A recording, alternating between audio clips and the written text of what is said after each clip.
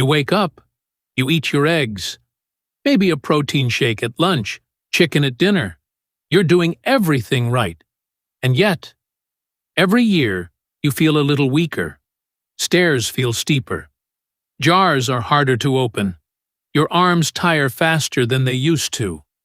Here's the strange part.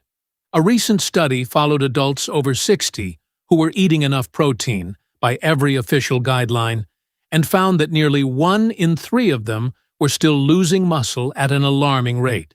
So, if the protein is going in, where is it going? And why isn't it building the muscle it's supposed to? Stick with me, because the answer isn't about how much protein you eat. It's about a single, almost invisible mistake. One that most people over 60 are making without knowing it.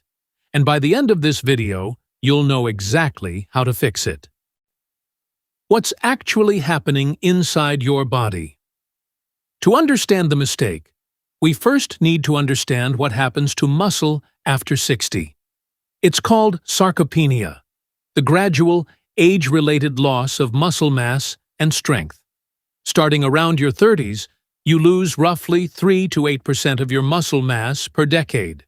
After 60, that rate speeds up. But here's what most people don't realize. It's not just about losing muscle. It's about your muscle becoming harder to rebuild. Scientists call this anabolic resistance. Your muscles, as they age, become less responsive to the same signals that used to trigger growth easily in your 30s and 40s. Which means the rules that worked for you at 35 quietly stopped working. And nobody told you. The common belief. The trap. Now here's where the mistake begins. Most people believe muscle building is about a daily total.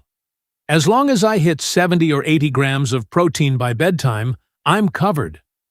That belief isn't crazy.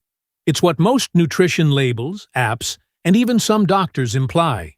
Add up your grams, hit your number, done. But muscle doesn't work off a daily total. It works off a switch. And that switch has a very specific trigger. One that most people over 60 are flipping wrong, meal after meal, without realizing it. The mistake. Revealed, protein spread too thin. Here's the mistake. Most people over 60 eat protein like this.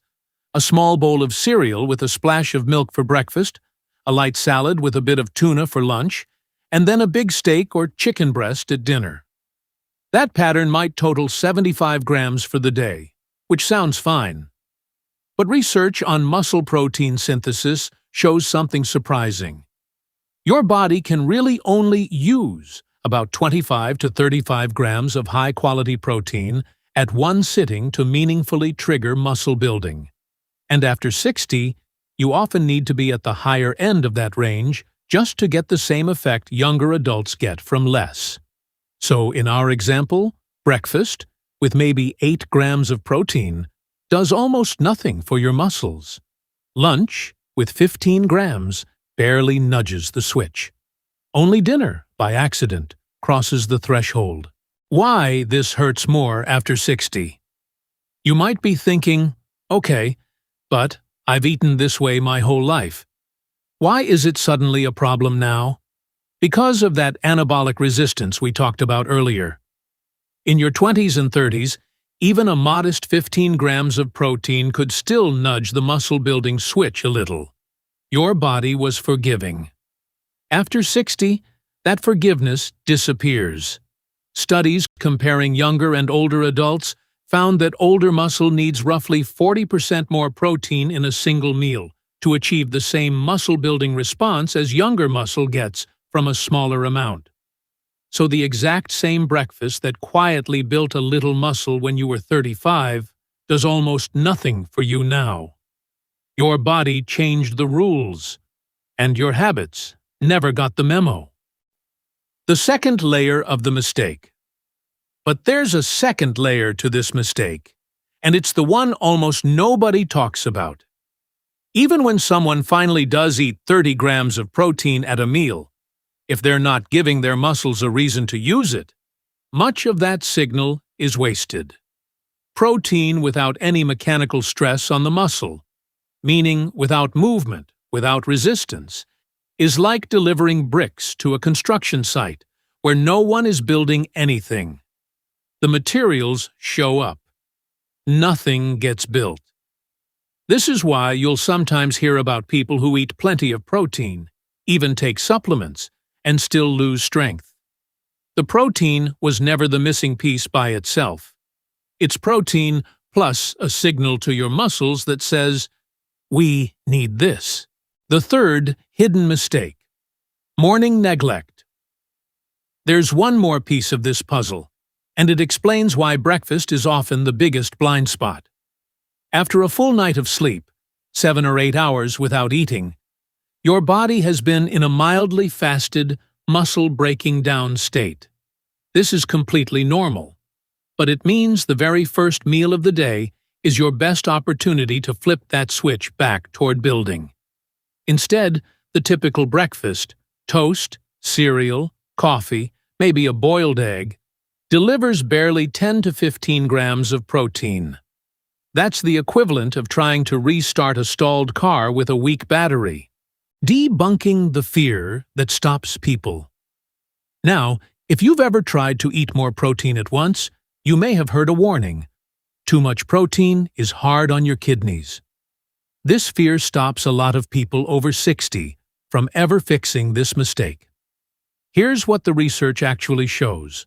For people with healthy kidney function, higher protein intake, even at the levels we're talking about, has not been shown to cause kidney damage. The original concern mostly applies to people who already have existing kidney disease, where any protein needs to be managed carefully with a doctor. In other words, for most healthy older adults, the bigger risk isn't eating too much protein.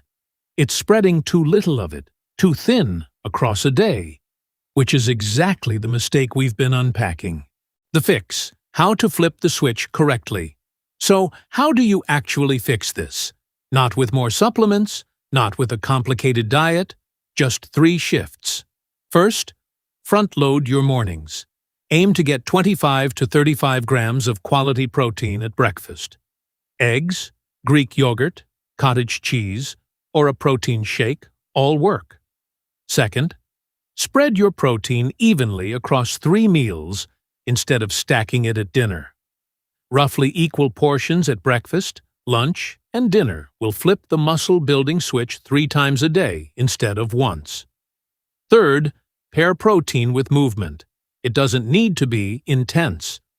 A short walk, light resistance bands, or bodyweight exercises within a few hours of a protein-rich meal appear to help the body actually use what you've eaten, rather than let it pass by un-UC. The final reveal and lingering question. So let's go back to where we started. That person eating enough protein but still losing muscle wasn't failing because of willpower, or age, or bad luck. They were following a rule built for a body that no longer plays by those rules. The mistake was never how much protein went in over 24 hours. It was when and how often the switch got flipped, and whether their muscles were ever asked to actually use it. Here's the question I'll leave you with. Think back to your last 3 meals. Was there 1 big protein meal and 2 quiet, empty ones? If so, you've just found the mistake for yourself. The good news? This is one of the easiest things to change in your entire day. Once you know where to look. And now, you do.